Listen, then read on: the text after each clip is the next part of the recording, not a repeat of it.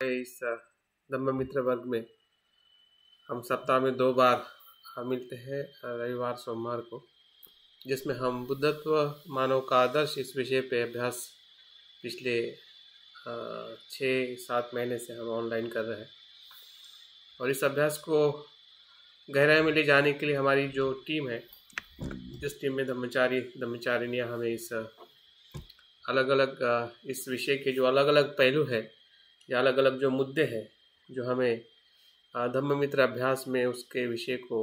गहराई में समझने के लिए हमें उसका अभ्यास किया जाता है। और उसी के अनुक्रम में आज हम जो हमारा अभ्यास क्रम अभी ये धीरे धीरे समापन की तरफ जा रहा है, तो मुझे लगता है कि ये लास्ट या सेकंड लास्ट टॉक है जो बुद्धत्व के आदर्श को समझने के लिए हमें मदद करने वाला है। हमें पता है कि बुद्धत्व मानव का आदर्श वो इसीलिए है क्योंकि जो बुद्ध में जो तत्व है वही तत्व वही गुण बीज रूप में मनुष्य में है, और इसके कारण वो हमारा आदर्श है। इसलिए हमारा बुद्ध और सामान्य मनुष्य का संबंध है, जिस संबंध को हम अपने अनुभव से हम देखते हैं, समझते हैं, और उस अनुभव से हम अपना जो आदर्श बुद्धत्व होने का हम एहसास करते हैं, क्योंकि जो बुद्ध में है वही हम में है, और हम में जो है वही बुद्धत्व का संपूर्ण स्वरूप है, जिसे हम बुद्ध कहते हैं। तो हमारा ही वो संपूर्ण विकसित रूप है, एक तरह से हम ऐसा कह सकते हैं, और इसीलिए वो हमारे आदर्श है। तो उस आदर्श के जो अलग अलग पहलुओं को हम समझने के लिए जो अलग अलग मुद्दे अभी तक हमने अभ्यास किए हैं, उसमें मुझे लगता है 11 या 12 मुद्दे रहे हैं। और उस मुद्दों में उस अलग अलग जो पहलू है जिससे हम बुद्धत्व के और गहराई के समीप जा सकते हैं कि सही में बुद्धत्व क्या है, या बुद्धत्व को कैसे हम जाने समझे और उसका प्रत्यक्ष अनुभव करें। हमें पता है कि तीनों स्तर में हम प्रज्ञा का अनुभव करते हैं, श्रुत में प्रज्ञा हो, चिंतन में प्रज्ञा हो और भावना में प्रज्ञा हो। तो तीनों प्रज्ञा के स्तर पे हमें अपने विषय को परखना है, विषय का अध्ययन करना है, और इसलिए अध्ययन करने के लिए हमें बहुत लंबा समय की ज़रूरत पड़ती है, क्योंकि जो हम सुनते हैं तो कभी कभी हम पूरी तरह से सुन भी नहीं पाते, और चिंतन भी करते हैं तो इतना गहरा चिंतन नहीं हो पाता है जितना गहरा चिंतन होना चाहिए। और अगर चिंतन भी अगर गहरा नहीं होता है तो अनुभव भी बहुत ही कुछ पल के लिए आके चला जाता है, वो अनेक मतलब निरंतर वैसे अनुभव हमें नहीं आते। तो इसलिए कभी कभी हमें जो बुद्धत्व का जो अनुभव है वो हमारे पास से समीप होके चला जाता है, लेकिन हमें कभी कभी उसका एहसास भी नहीं होता। लेकिन जैसे जैसे हम बार बार जब धम्म का अध्ययन करते हैं, धम्म का अध्ययन का मतलब है हमारे मन के विचारों का अध्ययन, है ना। धम्म क्या है? हमारे मन में उत्पन्न होने वाले जो कुशल और अकुशल जो विचार है, भावनाएं हैं, वही धम्म है। और उसी धम्म को हमें समझना है, जो बुद्ध ने उसको बहुत ही अच्छी तरीके से विश्लेषण करके उसके जो कार्य कारण परिणाम को समझते हुए हमको उन्होंने समझाया है। और उसी के मार्ग के आधार पे हम अपने बुद्धत्व के आदर्श को समझते हुए उस मार्ग पर चलते चलते हमें वो समझ में आने लगता है। तो उसी कड़ी में आज हम उसी आदर्श को समझने के लिए बनते उर्गेन संरक्षित के तत्व दर्शन में या उनके दृष्टि से जो निम्न उत्क्रांति और उच्च उत्क्रांति जो स्वजागृति का अनुभव है, उस विषय के अवलोकन को या उस विषय के गहराई को आज हम थोड़ा बुद्धत्व के मानव के आदर्श इस संदर्भ में देखने वाला है। इस विषय को हमने, मुझे लगता है कि जो मित्र का अभ्यास कर चुके जो मित्र हैं उन्होंने जरूर अष्टांगिक मार्ग के छठा जो अंग है सम्यक व्यायाम, उसमें उसका हमने उसका अध्ययन किया होगा या कुछ इसके बारे में हमने पढ़ा होगा, लेकिन हो सकता है कि उतना ज़्यादा उसका अध्ययन उस समय नहीं हुआ होगा। लेकिन आज हमें फिर से मौका मिला है कि बुद्धत्व के आदर्श को समझने के लिए इस मुद्दे को या इस भंते जी के जो सिद्धांत है, तत्व है कि निम्न उत्क्रांति और उच्च उत्क्रांति को कैसे हमें समझना है और वो हमारे स्व जागृति के साथ में कैसे वो संबंध रखती है। देखते हैं कि 4-5 मुद्दों में हम उसे समझने का प्रयास करेंगे। पहले तो हम देखेंगे कि उत्क्रांति का अर्थ क्या है, क्योंकि उत्क्रांति शब्द जो है वो हमें समझना बहुत ज़रूरी है ताकि हमें भंते के दृष्टिकोण से जो उन्होंने इस विषय पर 1969 में एक टॉक सीरीज़ उन्होंने स्टार्ट की थी, द हायर इवोल्यूशन, और उसके अंतर्गत वो इन सिद्धांत की, इस तत्व की वो बात अपने सीनियर ऑर्डर मेंबर के सामने रखते हैं और उसी का कुछ न कुछ पहलू जो है हमें अष्टांगिक मार्ग के छठे अंग में भंते ने उसमें रखा है, ताकि सम्यक व्यायाम को किस प्रकार से उच्च उत्क्रांति का उस आचरण से हमें अनुभव हो सकता है, उसमें भंते उसमें बताना चाहते हैं। देखते हैं कि उसे हम कैसे और गहराई में समझ सकें। तो उत्क्रांति क्या है उसको हम देखेंगे, उसके बाद निम्न उत्क्रांति, उसका थोड़ा स्वरूप हम समझेंगे, उच्च उत्क्रांति और सम्यक व्यायाम का क्या संबंध है उसको भी थोड़ा हम समझने का प्रयास करेंगे, और अंतिम हम इस मुद्दे पे देखेंगे कि निम्न और उच्च उत्क्रांति में भेद क्या है, फर्क क्या है, क्या दोनों एक है या दोनों अलग अलग है, क्या एक दूसरे से संबंधित है। इन सभी अलग अलग पहलुओं को देखते हुए इस विषय को हम थोड़ा समझने का और जानने का हम ज़रूर प्रयास करेंगे। और याद रखिए कि ये जो अभ्यास हम कर रहे हैं ये कोई बाह्य विषय नहीं है, मतलब हम किसी बाहर के विषय का अभ्यास नहीं कर रहे इस तत्व में, बल्कि इस अभ्यास का विषय हम स्वयं हैं या स्वयं की जागृति है या मानव जीवन है, उसका हम इस तत्व में अवलोकन करने वाले हैं। तो हमें ऐसे किसी अन्य सब्जेक्ट पे, किसी अन्य विषय पे हमें नहीं सोचना है कि ये कहाँ पे है, कैसे है, बल्कि हमें अपने आप को ही देखना है, अपने मन को या अपने मानवीय जीवन को ही हमें महसूस करना है, उसी में हमें सब कुछ समझने का या उसको जानने का इस विषय के अंतर्गत हम प्रयास करने वाले हैं। तो अगर हम उत्क्रांति के अर्थ को देखते हैं, जिसे इंग्लिश में इवोल्यूशन कहा जाता है, तो उसका सामान्य जो अर्थ बताया जाता है वो है उत्तमता और पूर्णता की ओर जाने वाली प्रवृत्ति। क्योंकि अगर हम उत्क्रांति के अर्थों को समझेंगे तो हमें दोनों जगह जो निम्न उत्क्रांति उच्च उत्क्रांति का जो अर्थ है या वो हमारे सांसारिक और आध्यात्मिक जीवन के साथ कैसी जुड़ी हुई है, इसका हमें ज़रूर ख्याल आ सकता है। तो उत्क्रांति का अर्थ ये होता है कि उत्तमता या पूर्णता की ओर जाने वाली प्रवृत्ति को उत्क्रांति कहते हैं। उन्नत होना, एक अवस्था से दूसरी अवस्था में उन्नत होना, एक प्रकार से वो क्रमिक प्रक्रिया है, सिस्टमैटिक चलने वाली वो नैसर्गिक प्रक्रिया है जिसे हम उत्क्रांति कहते हैं। उदाहरण के तौर पे बंदर का जो क्रम विकास मनुष्य के रूप में हुआ, जिसे हमें सभी लोगों को जो विज्ञान के जानकार है या विज्ञान को मानने वाले हम सभी लोग हैं, तो ये इसी ही उत्क्रांति के संदर्भ में उसको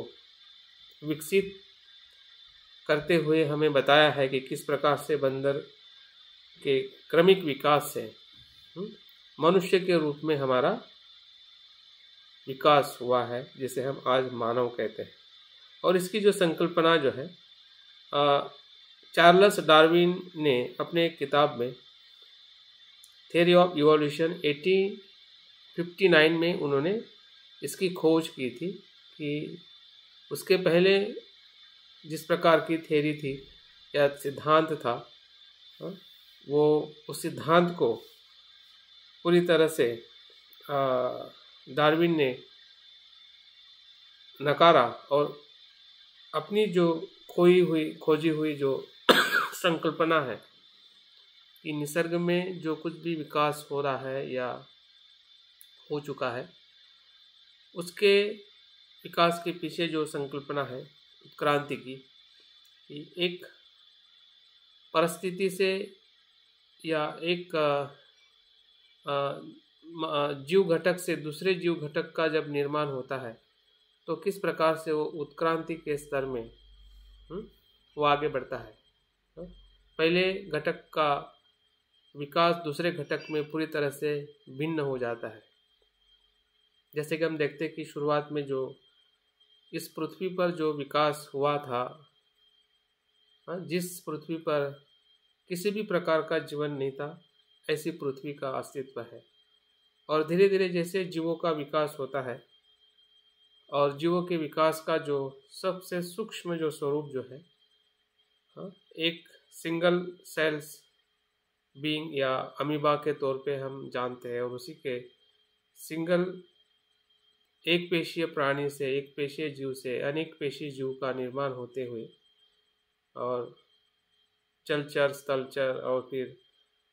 वायु में उड़ने वाले जो पक्षी हमें दिखाई देते हैं, इस प्रकार से जो क्रमिक जो विकास होते हुए हम देखते हैं, वो इसी के ही संकल्पना से चार्ल्स डार्विन ने अपनी किताब में रखकर हमें बताने का प्रयास किया कि क्रांति ये निरंतर और धीमी गति से होने वाली बदलाव की प्रक्रिया है। उत्क्रांति क्या है? निरंतर और धीमे गति से होने वाली परिवर्तन या बदलाव की प्रक्रिया है, और ये अभी भी हो रही है। पूरा यूनिवर्सल जो है एक्सपैंड हो रहा है। सूर्य या तारे या पूरे संसार के जो भी ग्रह है या गैलेक्सीज है, आकाश गंगाएं है, सब कुछ एक्सपैंड हो रही है। अभी भी बदलाव निरंतर चलते जा रहा है। मानवीय जीवन में भी बदलाव निरंतर चलते जा रहा है। जैसे हम साइंस, टेक्नोलॉजी और आजकल हम AI टेक्नोलॉजी कहते हैं, आर्टिफिशियल इंटेलिजेंसी, तो हम देख रहे हैं कि मनुष्य का जो विकास जो है या मनुष्य की जो उत्क्रांति जो है, वो पूरी गति से निरंतर होते जा रही है। और एक क्रम से दूसरे क्रम में जो बदलाव होते हुए हम देखते हैं, वो बदलाव आज हम मनुष्य जीवन में देख रहे हैं। और उसी के आधार पे हम अपने एक मनुष्य होने का भी हमें एहसास हो रहा है कि हम आधुनिक मनुष्य हैं। तो इस तरीके से हम पूरे इस संकल्पना को देखते हुए भंते यहाँ पे बताते कि यही उत्क्रांति का सिद्धांत जो है, उसके बाद अन्य अलग अलग जो अन्य क्षेत्र में उसमें भी उसका इस्तेमाल करना शुरू हुआ। जैसे कि जो यूनिवर्सल सिस्टम है, आर्ट है, धर्म है, रिलीजियन है, मतलब उत्क्रांति सिर्फ एक जीव शास्त्र की संकल्पना नहीं रही। उस सिद्धांत को, उस संकल्पना को एस्ट्रोनॉमी में भी इस्तेमाल करने लगे और कला साहित्य में भी उसका इस्तेमाल होने लगा, और जो धर्म है उसमें भी उसका इस्तेमाल होने लगा, ताकि हम हर एक संसार के जो भी विषय है,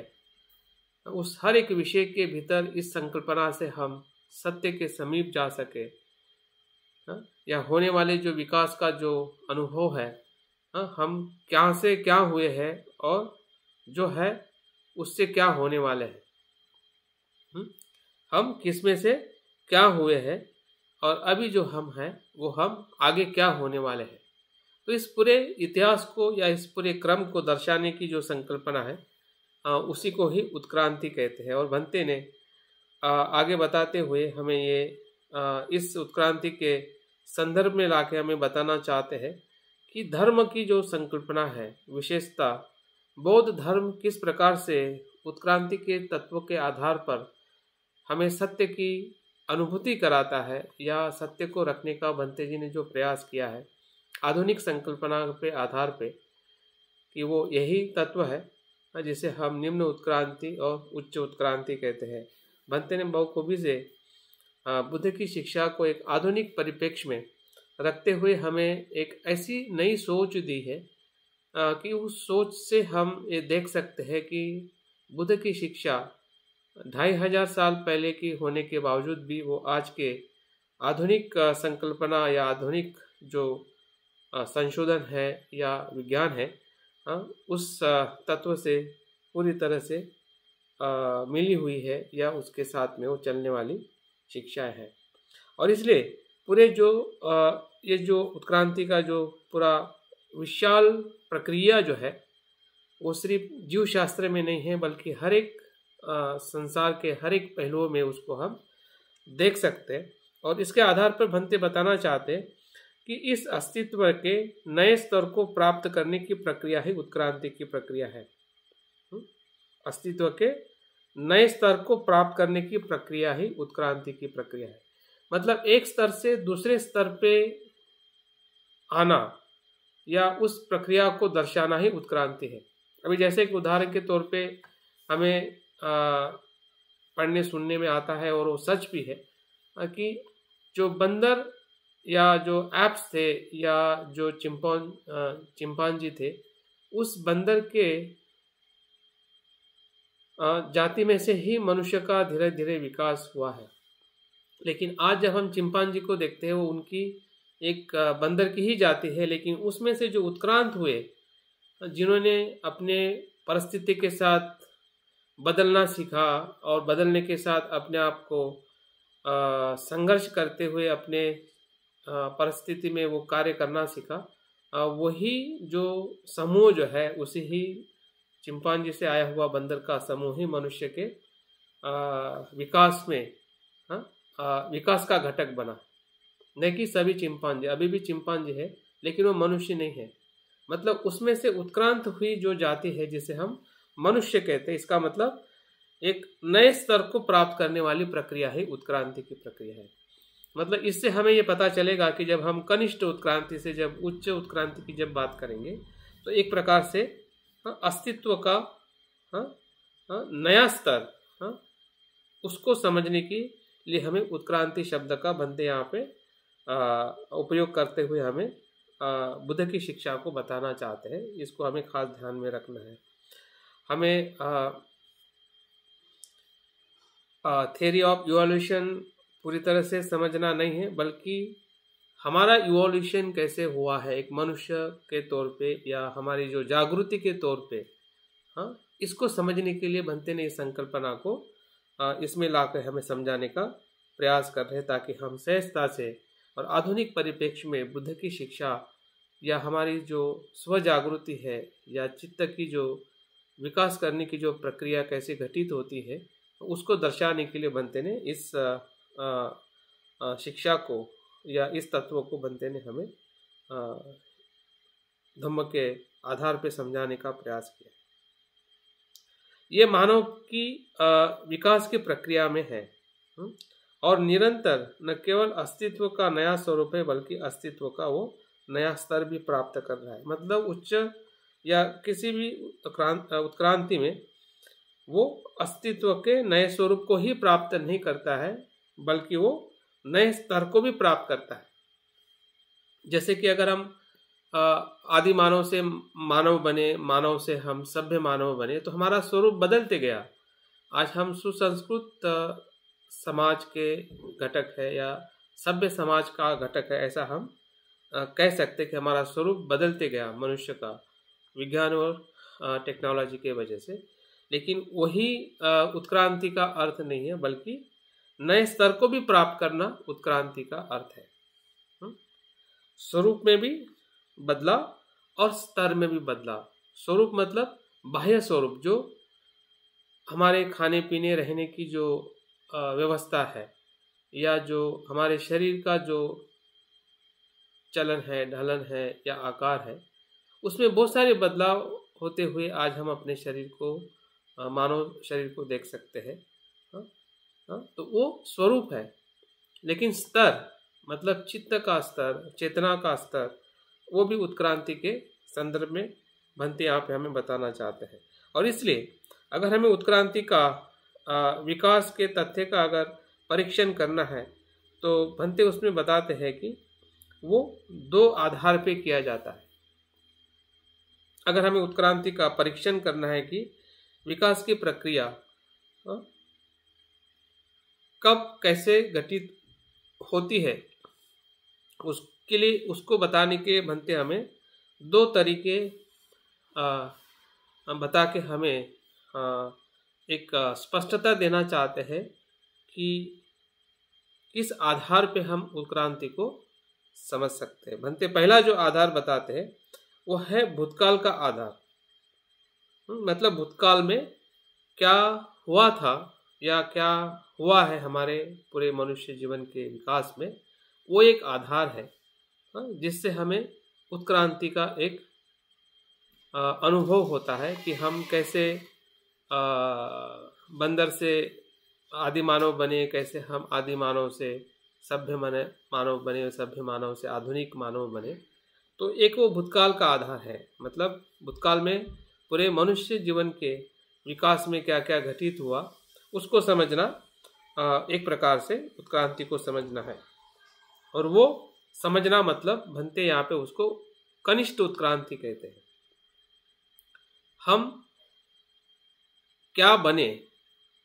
हाँ, हम क्या बने, किसमें से क्या बने, इसको दर्शाने वाली प्रक्रिया मतलब कनिष्ठ उत्क्रांति है, जो भूतकाल के साथ में जुड़ी हुई है, हमारे पास्ट जीवन के साथ में जुड़ी हुई है। कि आज जो मनुष्य जीवन हम देख रहे हैं, तो ये मनुष्य जीवन कोई एक दिन में या किसी ने बनाई हुई चीज़ नहीं है, बल्कि ये हजारों करोड़ों वर्ष से चलती हुई जो उत्क्रांति की विकास की जो प्रक्रिया है, उससे घटित होते होते होते होते आज का मनुष्य जो है वो भूतकाल के संपूर्ण क्रमिक विकास का परिणाम है। और वो भंते वो कहते हैं कि वो भूतकाल का भूतकाल की परिस्थिति है और वो कनिष्ठ उत्क्रांति को दर्शाते हैं। और उसका जीव विज्ञान के साथ में उसका संबंध है कि जीवों का ओरिजिन कैसे हुआ। जैसे कि मैंने शुरुआत में कहा कि एक पेशी से अनेक पेशियों में, फिर जल के प्राणी से फिर स्थल के प्राणी में। हम देखते हैं कि जो डायनासोर का युग जो था, तब किसी भी प्रकार का मानवीय जीवन नहीं था, सिर्फ पूरे पृथ्वी पर सिर्फ डायनासोर ही डायनासोर थे। चलने वाले भी थे, हिंसक भी थे, अहिंसक भी थे, उड़ने वाले भी थे, छोटे भी थे, बड़े भी थे, अलग अलग रूप वाले थे। तो पूरा साम्राज्य ही डायनासोर प्राणियों का था। उस समय किसी भी प्रकार का मानव प्राणी नहीं था। तो उस सभी जीव प्रक्रिया से संबंधित जो विज्ञान हम पढ़ते हैं, जीव शास्त्र जिसे हम कहते हैं, वो कनिष्ठ उत्क्रांति का आधार है। दूसरा जो तरीका जो है, भविष्य के आधार पे हमें उत्क्रांति समझनी है। इसका मतलब यह है कि जो विकसित है उसमें उच्चतम उत्क्रांति क्या है, हम कैसे विकसित हो सकते हैं, और वो उच्च धर्म का विषय है। मतलब जो वैश्विक धर्म जो है, जो वैश्विक धर्म की जो व्याख्या करते हैं, उसके आधार पर, जिसमें बौद्ध धर्म का वो विशेष क्षेत्र है कि भविष्य में हम क्या हो सकते हैं, एक मनुष्य मानव क्या बन सकता है अपने आने वाले जीवन में,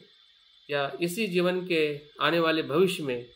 या अनेक जन्मों के आने से जो हमारा जो भविष्य जो निर्धारित है उसको दिखाने का काम भी उत्क्रांति करता है। अगर इस उदाहरण को अगर हम स्वयं बुद्ध के जीवन में देखते हैं, सिद्धार्थ जो बुद्ध हुए हैं, तो उनके जो पास्ट लाइफ का जो जीवन रहा है, हाँ, और अलग अलग उनकी जातक कथाओं में वो बताते हैं कि वो अलग अलग योनियों में, जैसे कि वो बंदर के रूप में हो, किसी प्राणी के रूप में हो, किसी पक्षी के रूप में हो, किसी मनुष्य के रूप में हो, स्त्री के रूप में हो, मतलब अनेक जीवों के रूप में उनका जन्म हम बोधिसत्व के रूप में हम पिछले जन्मों में उनको देखते हैं। तो उनके उस जन्म में जो उन्होंने अपने कुशल कर्म करके पारमात्मा का आचरण करते करते वो उच्च उत्क्रांति की तरफ वो जाने का वो निरंतर प्रयास करते रहे। और तब जाके अगर हम देखते हैं कि सुमेध नाम के जो बोधिसत्व थे, हाँ, अपने पूर्व जन्म में, तो वही सुमेध नाम के बोधिसत्व की जो उत्क्रांति होते होते, हाँ, वो अपने इस सिद्धार्थ के जीवन में, हाँ, वो उन्होंने संपूर्णता को प्राप्त की, वो सम्यक संबुद्ध हुए। तो हर एक मनुष्य का ऐसा ही जीवन क्रम है। अगर मैं अपनी बात करता हूँ या आप अपनी बात देखोगे कि हम सभी इंडिविजुअल जो है, हम सभी उसी उत्क्रांति की प्रक्रिया से हम भूतकाल के साथ में जुड़े हुए हैं कि पूरा जो हमारा मानवीय जो स्वरूप जो है, वो सभी का एक समान है। हम एक ही प्रक्रिया से उत्क्रांत हुए हैं, जिसे हम मनुष्य जाति कहते हैं या मनुष्य समाज कहते हैं। लेकिन हम क्या हो सकते हैं, वो क्या कौन निर्धार करता है? वो हमारी चेतना निर्धार करती है, हमारा मन के कर्म निर्धार करते हैं कि हम उस उच्च उत्क्रांति को कैसे प्राप्त करें। और वो बुद्ध की शिक्षा का क्षेत्र है। कनिष्ठ उत्क्रांति जीव शास्त्र का क्षेत्र है। और उच्च उत्क्रांति जो है, जो हम भविष्य में क्या हो सकते हैं, उसका जो क्षेत्र जो है वो बुद्ध की शिक्षा है। तो हम देख सकते हैं कि बुद्ध की शिक्षा वो क्या निर्देश देती है या क्या उसका उद्देश्य है। और जो विज्ञान की शिक्षा जो है या जो भी है विज्ञान हम पढ़ते हैं, वो हमें कहाँ तक लेके जा सकता है। वो कितना भी ऊंचा उठे, कितना भी वो खोज करे, कितने भी वो नए सिद्धांत तत्वों को खोजे, फिर भी वो कहीं ना कहीं वो कनिष्ठ उत्क्रांति तक ही उसकी मर्यादा होती है। और ये बात हमें खास इसमें समझनी है, ताकि हम बुद्ध की शिक्षा का अध्ययन कर रहे हैं, बुद्ध की शिक्षा का जो आचरण कर रहे हैं, वो किस प्रकार से हमारे चेतना को या चित्त को विकसित करने की वो एक वैज्ञानिक प्रक्रिया है, जिसे हम चेतना की उच्चतम अवस्था को प्राप्त करना कि हम क्या हो सकते हैं, इसको दर्शाता है। भंते ने एक बहुत ही अच्छा चित्र निकाल के, एक डायग्राम निकाल के हमें चेतना के उत्क्रांति को उन्होंने समझाने का प्रयास किया है।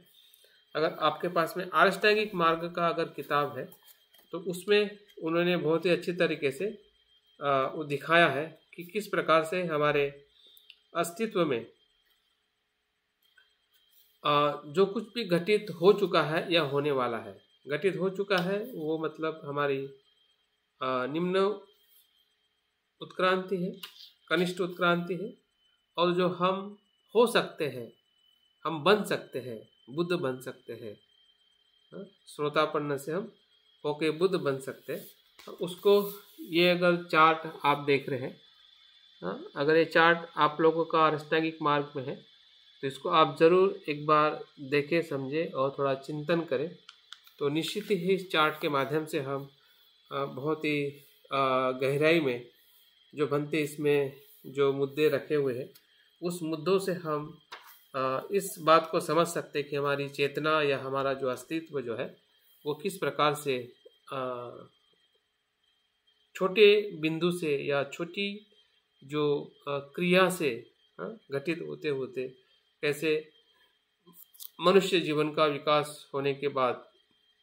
उच्च उत्क्रांति का जो अनुभव जो है बुद्ध ने जो लिया है, वही अनुभव हम भी ले सकते हैं। तो इस जो चार्ट का थोड़ा मैं विश्लेषण करके बताना चाहूँगा। इसमें एक त्रिकोण है और उस त्रिकोण को समझाने के लिए भंते 4 नंबर देते हैं, 1, 2, 3 और जीरो से शुरू होता है और 1 2 3 और जो अंतिम नंबर जो है डबल जीरो, 00, इस प्रकार से 5 नंबर में उसको विभाजित किया जाता है। तो पहले इसको हम समझते हैं कि 0 का मतलब क्या है, 1 का मतलब क्या है, 2 का और 3 का और डबल जीरो का। तो इससे हमें बनते बताना चाहते हैं कि 0 का जो त्रिकोण का जो प्रारंभ बिंदु है, अगर आप डायग्राम अगर हाथ से आप निकाल सकते हैं तो आप निकाल के देखिए कि डायग्राम में जो मैं आप बताने का प्रयास कर रहा हूँ, और आप अगर समझ पा रहे हैं, अगर कुछ अस्पष्ट रहता है तो आप बाद में सवाल कर सकते हैं। क्योंकि हमने मैथ्स में या अगर हमने ज्योमेट्री किया, क्या बोलते हैं उसको, सब्जेक्ट मैं भी भूल गया हूँ, गणित में कोऑर्डिनेट सर, हाँ, मैथ्स में हमने ये शायद बहुत सारे उदाहरण हमने किए होंगे त्रिकोण निकालते हुए। ठीक है, तो इस त्रिकोण का जो पहला जो शुरुआत का बिंदु जो है उसमें बनते 0 सिंबल से बताते हैं। तो इस 0 का मतलब क्या है, तो बनते वहाँ पे बताते हैं कि उत्क्रांति की प्रारंभ की प्रक्रिया है, आरंभ बिंदु है जहाँ से उत्क्रांति शुरू हुई है। अगर हम इसका कनेक्शन अगर हम डार्विन के सिद्धांत के साथ जो वो बताना चाहते हैं कि ये जो मनुष्य जो आज मनुष्य का जो जाति का जो जन्म हुआ है, मनुष्य जीवन का, उसकी शुरुआत कहीं ना कहीं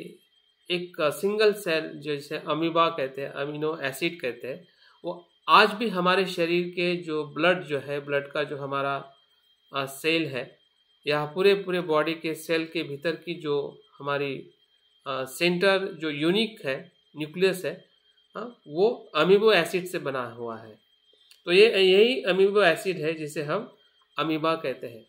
अमीबा के चित्र को आपने देखा होगा कि वो उसको ना हाथ होता है ना पैर होता है, उसका मुंह हर जगह से भोजन ले सकता है, लेकिन वो एक पेशीय प्राणी के विकसित होते हुए इस ब्रह्मांड में या इस पृथ्वी पर होते हुए उसका विकास दिखाई देता है। इसी विकास को या इसी उत्क्रांति की प्रक्रिया को बनते उसमें 0 इस अंक से बताते हैं, जिसमें अमीबा जो है एक ऐसा जीव, ऐसा प्राणी जिसका एक ही सेल्स था। अगर इसको हम थोड़ा चेतना के साथ में इसका अगर हम संदर्भ लगाते हैं, इसका मन कैसे होगा, अगर मैं इसको समझ पाया हो कि उसकी वेदना ही उसका मन था। आज हमारे पास में मन में 4 घटक है, वेदना है, संज्ञा है, संस्कार है और विज्ञान है। लेकिन अगर हम अमीबा इस जीव का या इस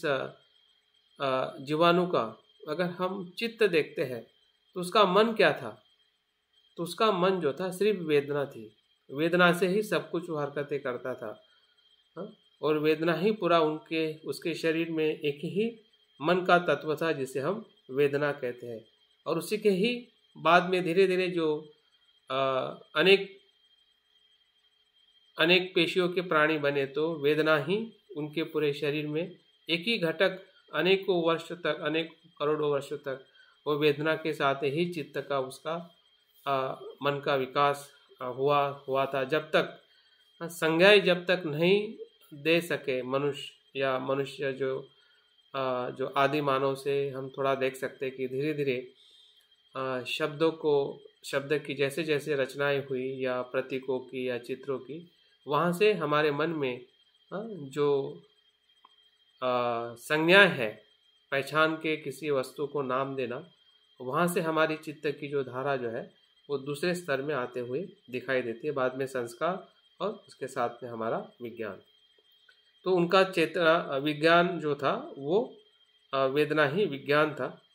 और उस तरीके से अगर हम देखते हैं कि उत्क्रांति की जो प्रारंभिक जो प्रक्रिया जो है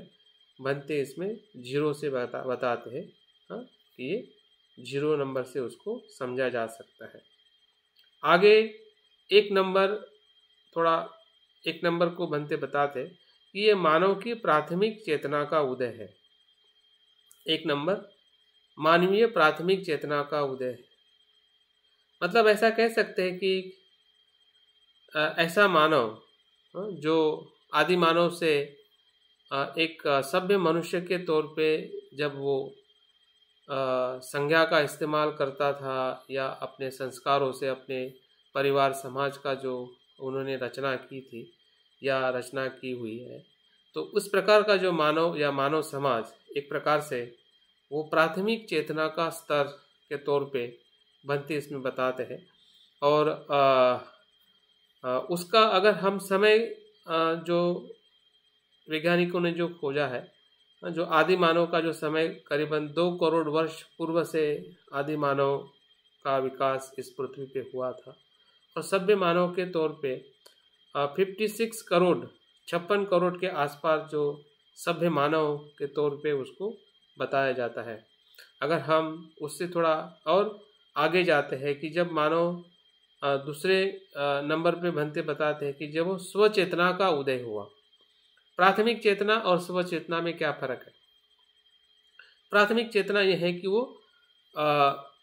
जो सामूहिक जो एटीट्यूड जो है, सामूहिक चित्त से सामूहिक मन से ही वो कार्य करती है। जो दूसरा कर रहा है इसलिए वो करता है। लेकिन जो स्वयं चेतना का जो उदय है कि जो स्वयं खुद सोचता है,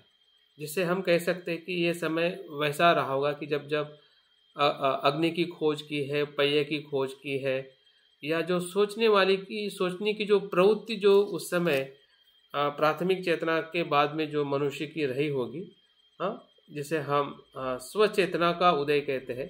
कि स्वयं सोचते हुए किसी चीज़ का निर्णय लेना, और उसी से कहीं ना कहीं जो धर्म को या मन के अनुभव को समझने का जो तरीका है, मार्ग है या धर्म है, वो भी उसी समय में ही विकसित होते हुए पूरे, अगर हम 2500 साल पहले बुद्ध के समय की अगर हम बात करते हैं तो वो ऐसा समय था या जहाँ पे हम भारत की अगर हम बात करते हैं तो श्रमण परंपरा का जो समय रहा है, जब उन्होंने अपने चेतना से, अपने सोच से इतने बड़े बड़े शहरों को निर्माण किया, मोहनजोदड़ो, हड़प्पा, और उस समय की जो परंपरा तप करने की हो, ध्यान करने की हो, तो कहीं ना कहीं वो बातें स्वयं के चेतना का विकास करने का स्तर उसमें दिखाता है।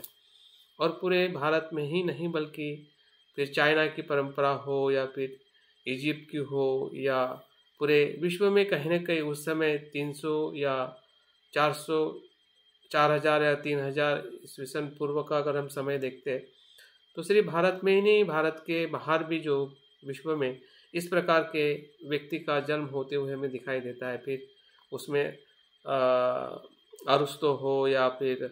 अरिस्टोटल हो या जो भी महान जो दार्शनिक रहे पाश्चिमात्य देशों में, तो वो कहीं ना कहीं वैसे मानवों का विकास होते हुए हम देखते हैं कि उन्होंने स्वयं की चेतना के उदय के साथ समाज में बहुत कुछ बदलाव करते हुए हम देख पाते हैं।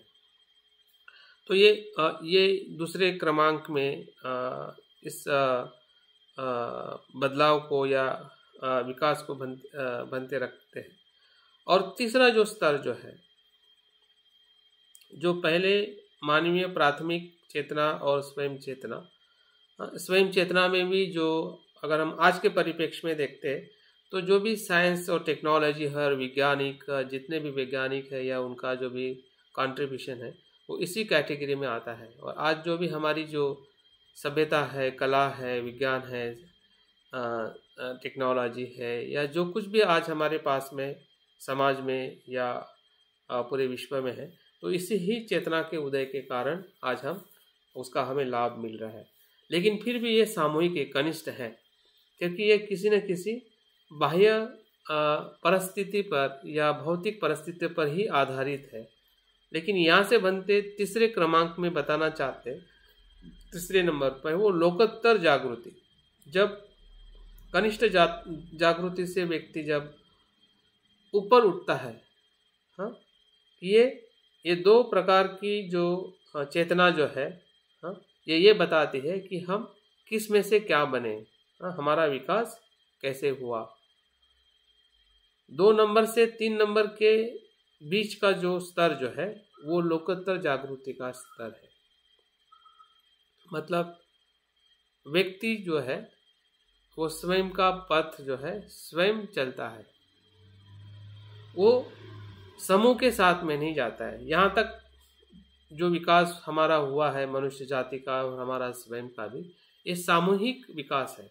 क्योंकि भाषा तो हमने निर्माण नहीं की, भाषा के कारण हम जो भी समझ रहे हैं, हाँ, ये जनरेशन टू जनरेशन भाषा आई है, या जो भी हमारा जो कुछ भी मूल्य है, या जो कुछ भी हमारा जो इस जीवन में हमें जो मिला है वो सामूहिक तौर पे हमें वो प्राप्त है। लेकिन यहाँ से जब व्यक्ति ऊपर उठता है अपने चेतना के विकास के साथ, और इसी में ही सम्यक व्यायाम शुरू होता है। सम्यक व्यायाम बनते इसी ही उच्च स्तर के तरफ जाने वाली जो प्रक्रिया जो है, जो लोकोत्तर जागृति की प्रक्रिया है। और ये पहले जो दो जागृति जो है वो लौकिक जागृति है, लौकिक और लोकोत्तर। हाँ, उसके अर्थ में भी हम कनिष्ठ और उच्च उत्क्रांति को देख सकते हैं। हाँ, लौकिक जागृति मतलब कनिष्ठ जागृति, और लोकोत्तर जागृति मतलब उच्च उत्क्रांति की अवस्था। तो जो हमारे पास में पारंपरिक जो शब्द हमें पता है, हमें समझ में आए हैं, उसी के साथ में इसको हम ज़्यादा उसका संदर्भ या उसका अर्थ अगर हम जानते हैं तो हमें समझने में काफ़ी आसानी हो सकती है कि वो वही बताना चाहते हैं बनते कि हम कैसे इस संसार में या इस पूरे विकास की प्रक्रिया में हम सामूहिक स्तर पे हमें जो प्राप्त हुआ है, वो भूतकाल से आई हुई उत्क्रांति की वो प्रक्रिया है, उत्क्रांति की वो हमें देन है या परिणाम है, जिसमें हम आज विकसित हो रहे हैं। लेकिन यहाँ से जब विकास करना है वो स्वयं का विकास स्वयं को ही करना है, और वही लोकोत्तर जागृति है जो 3 नंबर पे एक श्रोतापन्न की अवस्था तक हमें ले जाने के लिए मदद करता है। मतलब इंडिविजुअल होने की जो प्रक्रिया जो है, वही लोकोत्तर या उच्च उत्क्रांति की प्रक्रिया है। इस अर्थ से हमें इसमें देखना पड़ेगा। और जैसे हम श्रोतापन्न की अवस्था में तीसरी अवस्था को हम जब प्राप्त करते हैं या तीसरे स्तर को प्राप्त करते हैं, तो एक प्रकार से हम जो संसारिक या जो कनिष्ठ उत्क्रांति का जो आकर्षण जो है वो पूरी तरह से लोकोत्तर और निर्वाण के आकर्षण में परिवर्तित हो जाता है, और हम आखिरी और अंतिमतः बुद्धत्व को या निर्वाण को प्राप्त करते हैं। तो श्रोतापन्न की अवस्था एक प्रकार से बोधिचित्त की और बोधिसत्व की अवस्था है, जो अवस्था हमें आने वाले जन्म में अनेक जन्म तक हम जब जब पारमिता का आचरण करते, कुशल कर्म का आचरण करते हुए हम अपने चित्त को उस उच्च श्रेष्ठ अवस्था को या संपूर्ण परिमुक्त अवस्था को, जिसे हम निर्वाण या बुद्धत्व का ज्ञान या बुद्धत्व की अवस्था कहते हैं, वहाँ तक हम पहुँच जाते हैं। तो इस त्रिकोण से या इस 5 जो तत्व है, 0 से लेके डबल 0 तक, और बीच में जो 1, 2 और 3 नंबर बता के बनते अपने चेतना की उत्क्रांति कैसे घटित होती है, हमारी जो विकास होने की जो प्रक्रिया है कि हम किस स्वरूप में हमारा विकास हुआ है, एक मनुष्य प्राणी का या मनुष्य समाज का, और वो आगे बढ़ते हुए कि वो क्या हो सकता है, इस समाज का हर एक मनुष्य जो है वो क्या हो सकता है, उसको दर्शाने वाली जो प्रक्रिया है उच्च उत्क्रांति की प्रक्रिया है। तो यहाँ पे हमारा जो विकास समाप्त नहीं होता है। हम मनुष्य बने या कितना भी हम बुद्धिमान बने, फिर भी प्रक्रिया का जो स्तर जो है या चेतना का जो स्तर जो है वो उसको और विकसित करते हुए हाँ, उसका रूपांतरण करते हुए हम लोकोत्तर जागृति तक और उससे निर्वाण तक हम पहुंचने की जो प्रक्रिया है वही बनते इस मैप के माध्यम से हमें बताना चाहते हैं कि हम इसको अच्छी तरह से समझ सकें। उत्क्रांति की जो पूर्ण प्रक्रिया को मनुष्य के एक प्रकार से साधारण जीवन से बुद्ध मानव तक पहुंचने का वो एक दर्पण है, एक क्या कहते हैं, एक मैप है। एक सामान्य मनुष्य जो है वो बुद्ध मनुष्य तक, जैसे कि हमने, और इसलिए ये विषय जो बुद्धत्व के मानव के आदर्श में इसलिए रखा है या हमें अभ्यास करने के लिए दिया है, ताकि हम एक सामान्य मनुष्य में जो हमारा जन्म हुआ है, अनेक जन्म से हम कर्म करते करते इस मनुष्य योनि में हमारा जन्म हुआ है, और वो भी एक साधारण हमारी चेतना है और स्व चेतना का भी हम चिंतन करके उसका विकास कर रहे हैं। लेकिन फिर भी जब तक हम उस लोकोत्तर जागृति की तरफ हम आकर्षित नहीं होते, उस प्रवाह में जब तक नहीं आते हैं, तब तक बुद्धत्व का जो आदर्श जो है वो स्थापित नहीं होता है। और इसलिए बनते ने शरण गमन को बहुत ही इसी चेतना के स्तर का अनुभव करते हुए उन्होंने उसके स्तर रखे हैं कि पहले स्तर में, सामान्य स्तर पे मनुष्य किस प्रकार का शरण गमन करता है, जिसे हम सांस्कृतिक शरण गमन कहते हैं। थोड़ा और अपने चेतना की गति को बढ़ाता है तो वो तात्विक शरण गमन के तौर पे उसकी दीक्षा होती है, और उसको और अपने चेतना के स्तर को और ज़्यादा विकसित करता है, रूपांतरित करता है, उत्क्रांति की तरफ वो ले जाता है। तो परिणाम कारक शरण गमन को बनते ने उसमें बताया है, और वही परिणाम कारक शरण गमन और ज़्यादा मजबूत होता है और गहरा होता है और ज़्यादा वो हमें प्रभावित करता है। हम उसके प्रभाव में आते हैं, वो हमें प्रभावित करता है, और वही प्रभाव और वही इम्पैक्ट जो है, इफेक्ट जो है, वो कहीं न कहीं हमें सत्य शरण गमन के उस उच्च या लोकोत्तर चेतना की तरफ या अवस्था की तरफ हमें ले जाने के लिए मदद करता है। तो वो यही दर्शाता है कि इसमें भी अगर हम शरणगमन के स्तर में भी अगर हम कनिष्ठ उत्क्रांति और उच्च उत्क्रांति को अगर हम देखते हैं, तो जो पहले जो 3 शरणगमन है, सांस्कृतिक, तात्विक और परिणाम कारक, ये एक प्रकार से कनिष्ठ स्तर के हैं, लौकिक स्तर के शरणगमन है, क्योंकि हम किसी न किसी बाह्य प्रेरणा से या किसी न किसी स्पर्धा के स्तर पर या कुछ न कुछ अहंकार से ही हमारा शरणगमन हम करते हैं। लेकिन जैसे ही हम सत्य शरणगमन के संपर्क में आते हैं या उसके प्रभाव में आके हम आगे बढ़ते हैं, या इंडिविजुअल या व्यक्ति होने का जब हम अनुभव लेते हैं, हमारे 3 बंधन को हम तोड़ते हैं या टूटते हैं, तो समझ जाइए कि वो कहीं ना कहीं वो सत्य शरणगमन का स्तर है जो उच्च उत्क्रांति को दर्शाता है। मतलब ये हमें समझने का प्रयास करना है कि जो कुछ भी हम अलग अलग पहलुओं में जो हमने धम्म सीखा है, अलग अलग तरीके से हमने धम्म की शिक्षा ली है, वो सभी शिक्षा कहीं ना कहीं इस कनिष्ठ उत्क्रांति और उच्च उत्क्रांति के साथ में जुड़ी हुई है। अगर उसको समझने का प्रयास करते हैं, तब जाके हमारा पूरा जो अनुभव जो है, अभ्यास का निचोड़ हम कह सकते हैं कि एक ही दिशा की तरफ जा रहा है, इसका हमें अनुभव हो सकता है कि जो भी हम अभी तक अभ्यास कर चुके हैं वो कहीं ना कहीं कनिष्ठ उत्क्रांति का एक हमारा प्रयास है कि हम अपने आप को प्रशिक्षित कर रहे हैं, और प्रशिक्षित करते करते हम अपने चित्त को उस व्यक्ति की अवस्था में या व्यक्ति बनने की जो अवस्था में हम उसे ले जाते हैं।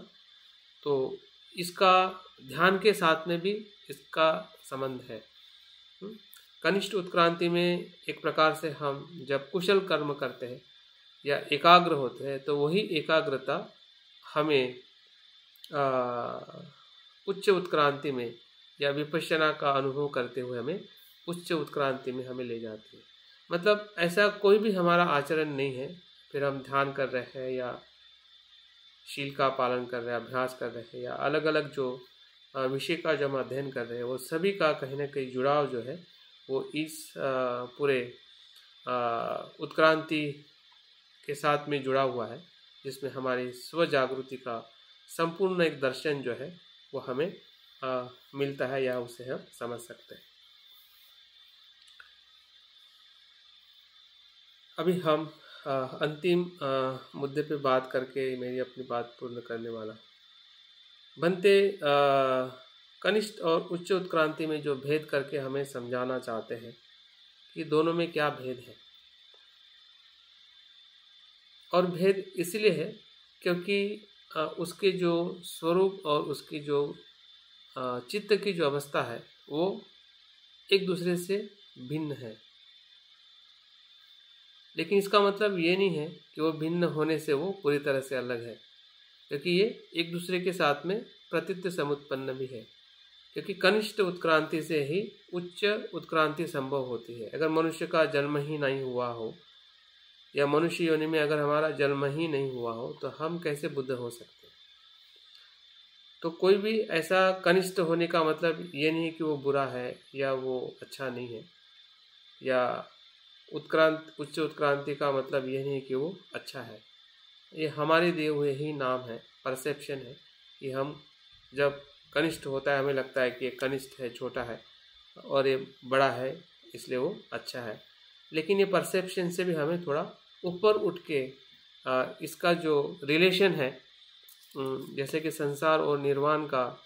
एक रिलेशन है, लेकिन दोनों भी मन की अवस्था अलग अलग है। संसार जब होता है तब निर्वाण नहीं होता है, अब जब निर्वाण होता है वहाँ पे संसार नहीं होता है। लेकिन संसार नहीं होता है इसका मतलब यह नहीं कि हम संसार में नहीं रहते हैं। संसार नहीं होता है इसका मतलब यह है कि वहाँ पे आसक्ति नहीं होती है, अहंकार नहीं होता है, अज्ञान नहीं होता है, लेकिन फिर भी हम संसार में ही होते हैं। हमारा शरीर है, हमारा कर्म है, या लोगों को मदद करने का जो भाव है वो संसार में ही वो स्थापित होता है, संसार के बाहर नहीं। तो उस प्रकार से हमने उसको अलग करते हुए भी हमने इस बात को देखना है कि वो एक दूसरे से कैसे वो संबंधित है, ताकि हम मध्यम मार्ग से हर चीज़ को हम देखें, समझें, ताकि हमारे भीतर जो एक संभ्रम है कि ये है और वो नहीं है, वो है और ये नहीं है, किसी चीज़ को पकड़ना, किसी चीज़ को छोड़ देना, बल्कि वो दोनों का कैसे उसका सही अस्तित्व है, जैसा है वैसा हमें देखते हुए आगे बढ़ना है। वही बुद्ध की शिक्षा है, वही बुद्ध का अनुभव है। तो कनिष्ठ उत्क्रांति को बनते ये बताते हैं कि ये सामूहिक है। जैसे कि मैंने शुरुआत में कहा, एक ग्रुप डेवलपमेंट है जिसे हम कनिष्ठ उत्क्रांति कहते हैं। मतलब सभी का जन्म जो है नैसर्गिक प्रक्रिया से समान है और सभी के साथ एक जैसा ही उसका अस्तित्व है, इसलिए वो सामूहिक है। कनिष्ठ उत्क्रांति क्या है? सामूहिक है।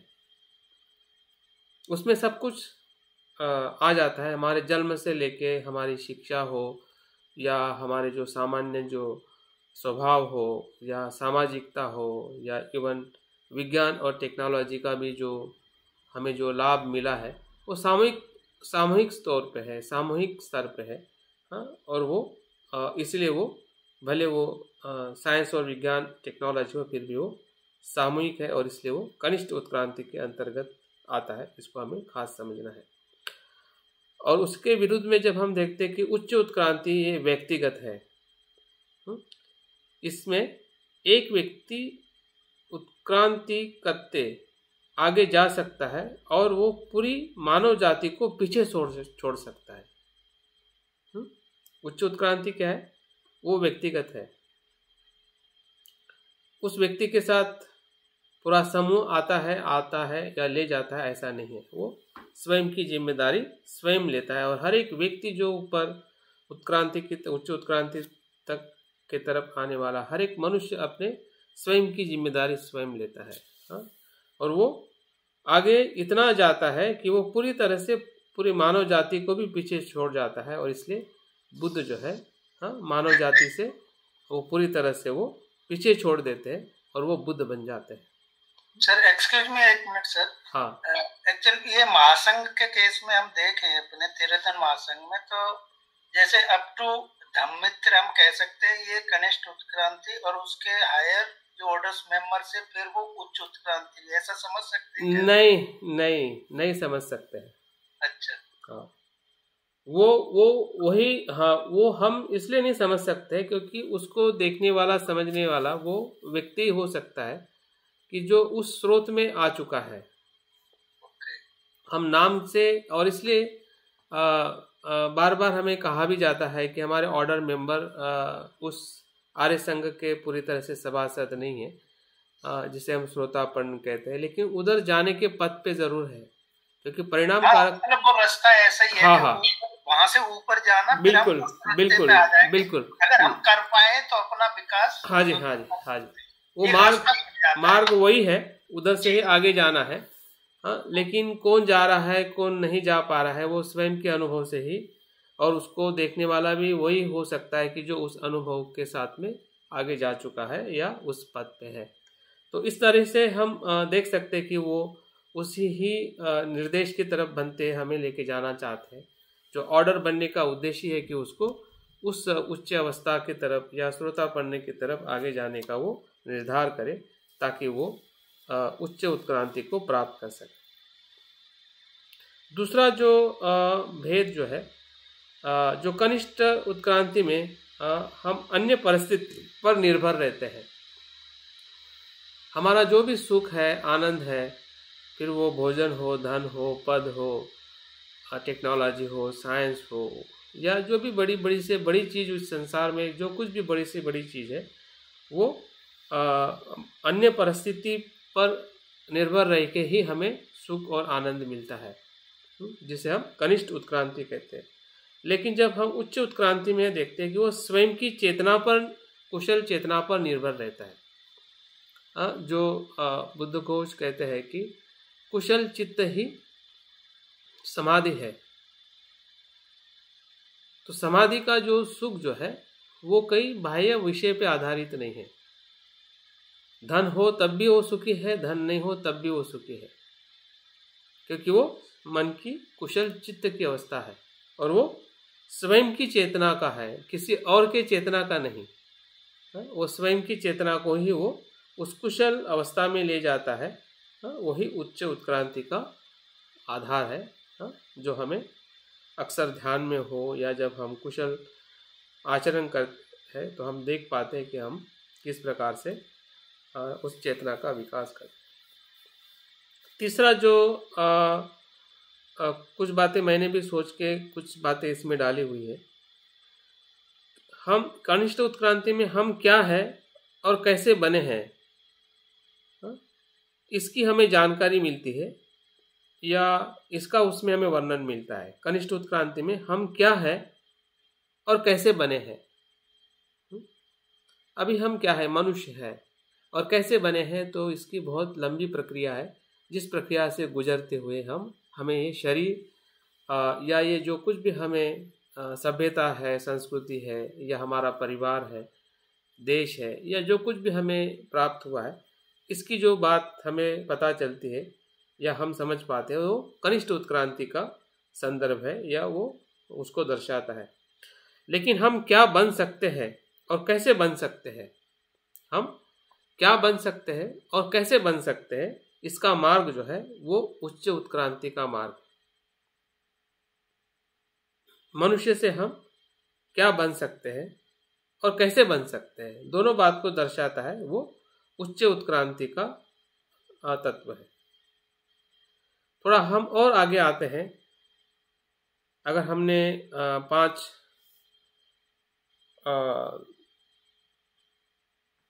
शिक्षा का अगर हमने अध्ययन किया है, जिसमें कर्म नियम और धर्म नियम, ये कर्म नियम एक प्रकार से कनिष्ठ उत्क्रांति है, क्योंकि भले हमारे कुशल कर्म भी हो, लेकिन फिर भी कुछ न कुछ उसमें हमारा अहंकार और कुछ न कुछ सुप्त ऐसी जो हमारी भावना रहती है कुशल कर्म में भी, तो वो एक प्रकार से अकुशल कर्म को छोड़ के कुशल कर्म का जो संचय हम करते हैं, ताकि हमें इस जीवन में हमें सुख मिले या आने वाले जीवन में भी सुख मिले। मतलब भाव की हमारी हमेशा इच्छा बनी रहती है कि आने वाले जन्म में भी हमें सुख मिले। तो वो भाव को प्राप्त करना या भाव के साथ में, इच्छा के साथ में जब हम कुशल कर्म करते हैं, तो वो कहीं न कहीं हम बार बार जन्म लेते ही हैं, और वो कनिष्ठ उत्क्रांति को ही दर्शाता है। लेकिन जब हम वही कर्म जब हम अहंकार रहित करते हैं या ईगो से मुक्त जब हम कर्म करते हैं, जिसमें हम स्व को समाप्त करते हुए अनासक्ति से जब कर्म करते हैं, तो वही धर्म नियम का आधार जो है उच्च उत्क्रांति है। मतलब धर्म नियम से आचरण करना या अनासक्त भाव से आचरण करना, और आसक्ति भाव से भले वो दान देने की भी क्यों ना इच्छा हो, और उस इच्छा से भी जब हम दान देते हैं तो वो इच्छा कहीं ना कहीं वो हमें बांध देती है, हम बंधन में आ जाते हैं। इसलिए हमने कर्म नियम को हमें बहुत समीप से समझना है कि कर्म नियम हमारे लिए बंधन भी है और मुक्ति का मार्ग भी है। बंधन तब है जब उस कर्म को हम आसक्ति से करते हैं, और बंधन तब नहीं है जब उसको हम आसक्ति से नहीं करते हैं। हम मतलब नैसर्गिक रूप से हाँ करने हाँ लगे। सहज भाव से करते हैं, करुणा से करते हैं। करुणा से किया हुआ जो कर्म जो है वो हमें बंधन मुक्त है, नहीं तो फिर वो बंधन युक्त है। तो इस प्रकार से भी उसको हम कर्म नियम और धर्म नियम के आधार पे भी हम कनिष्ठ और उच्च उत्क्रांति को हम अलग अलग करके देख सकते हैं। कनिष्ठ उत्क्रांति एक संसार चक्र को, भव चक्र को दर्शाती है, और उच्च उत्क्रांति जो है और ऊर्ध्वगामी और धम्म चक्र को दर्शाती है। इस तरीके से भी उसको भेद के माध्यम से उसको हम देख पाते हैं कि किस प्रकार से उसको हम समझ सके। अगर हम चार आर्य सत्य का इसके साथ में जुड़ाव करते हैं, तो प्रथम दो जो आर्य सत्य जो है, दुख और दुख का कारण, एक प्रकार से वो कनिष्ठ उत्क्रांति का अनुभव है। जब हमें दुख समझ में आता है कि दुख है, जन्म दुख है, जरा दुख है, वेदी है, मरण है,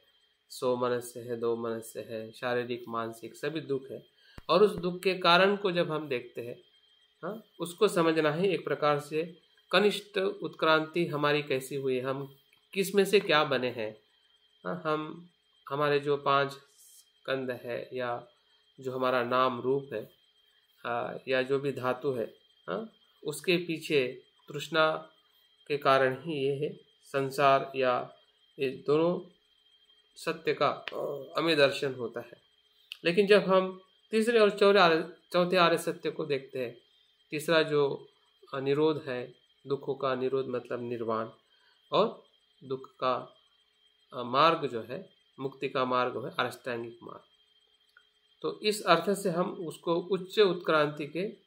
स्वरूप में उसको देख सकते हैं कि निर्वाण और निर्वाण प्राप्ति करने का जो मार्ग जो है, जो मध्यम मार्ग और अष्टांगिक मार्ग के तौर पे उसको हम समझ सकते हैं। और इसका कनिष्ठ उत्क्रांति का मूल क्या है? मूल अज्ञान है, और उच्च उत्क्रांति का मूल जो है प्रज्ञा और करुणा है। तो ये संपूर्ण जो मैंने कुछ बातें बहुत ही कम शब्दों में बताई है, और जो कुछ भी शुरुआत से लेके अभी तक जो बातें हमने यह बताने का जो मैंने प्रयास किया है कि उत्क्रांति क्या है, उत्क्रांति को 2 तरीके से कैसे बनते हमें बताते हैं, उत्क्रांति का जो स्वरूप सिर्फ एक मनुष्य का विकास कैसे हुआ है उसका ही नहीं, बल्कि बुद्ध की शिक्षा में, या बुद्ध की शिक्षा किस प्रकार से उच्च उत्क्रांति के लिए उपयोगी है,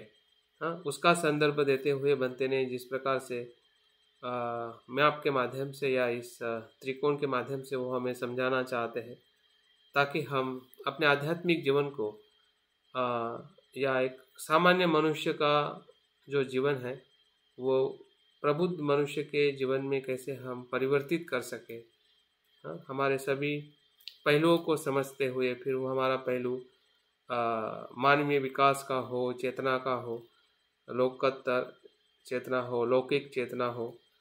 या हम जो कुछ भी आचरण कर रहे हैं वो सभी आचरण का निचोड़ कहीं न कहीं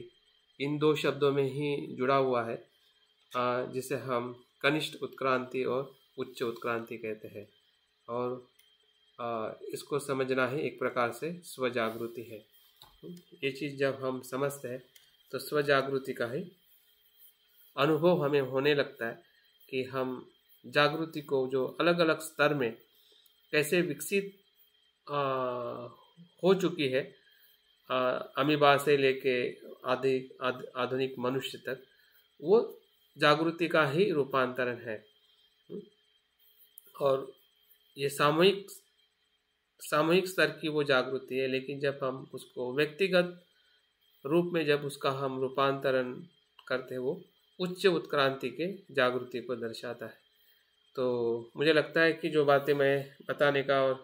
बनते का जो संदर्भ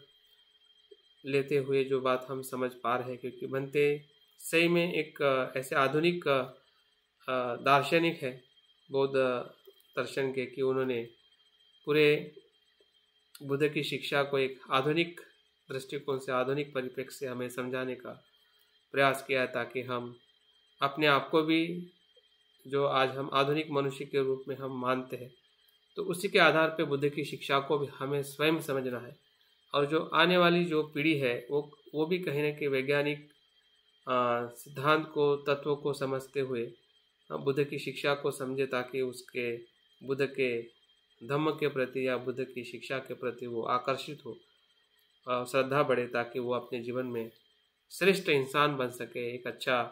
जिसे हम आजकल वेल बीइंग कहते हैं, कल्याणकारी मनुष्य बनने की जो संकल्पना जो है, वो कहीं न कहीं बुद्ध की इन शिक्षाओं से ही आज पूरे विश्व में फैल रही है। तो हमारे लिए बहुत ही बड़ी जिम्मेदारी है, एक बौद्ध होने के नाते, एक बौद्ध साधक होने के नाते, या बाबा साहब बुद्ध का अनुयायी होने के नाते, कि हम इस सिद्धांत को समझे, जाने और आचरण करें, और अपने विकास के साथ हम औरों का भी विकास करें। तो बहुत बहुत धन्यवाद आज के इस सत्र में जुड़े रहने के लिए, और मेरी बात को या इस विषय को समझने के लिए। मैं अपनी बात यहाँ पे पूर्ण करता हूँ। जय भीम, नमो बुद्धाय। बहुत बहुत धन्यवाद, बहुत बहुत साधुवाद सर आपका। बहुत ही विस्तृत तरीके से आपने मतलब उच्च उत्क्रांति को और जो निम्न उत्क्रांति है उसको समझाने का प्रयास किया है। वास्तव में ये बहुत ही गहन शिक्षा है, ये इतना इजी नहीं है समझना, लेकिन आपने काफी आसान बनाने का प्रयास किया है। तो एक बार फिर से आपका बहुत बहुत धन्यवाद, बहुत बहुत साधुवाद। और अभी किसी का कोई प्रश्न हो तो हमारे बीच में मंजू कुमार जी हैं समाधान के लिए, तो पूछ सकते